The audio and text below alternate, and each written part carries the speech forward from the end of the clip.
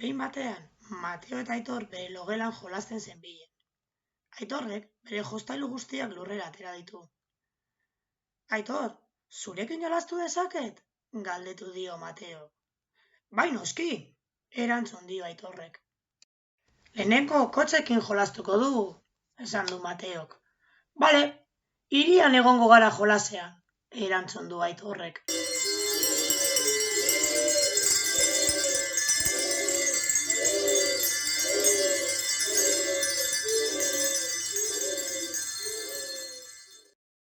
Mateo, nekatuta nago kotxekaz jolasteaz. Ba alduzu besteren bat? Galdetu dio Aitorrek.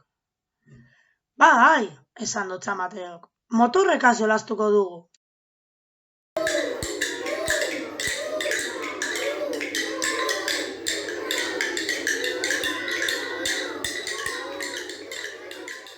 Zein jostailu gehiago duzu? Esan du Mateok. Nahi duzu autobusekaz jolastea? Esan du Aitorrek. Bale, primeran!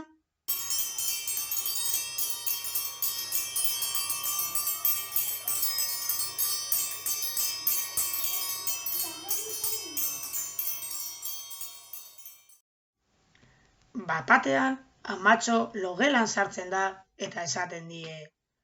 Aitor, Mateo, ikusi zer ekarri dizue. Ala, trena! Esan du Aitorrek. Eta niri itsasontzia! Esan du Mateo. Goazen jolastera!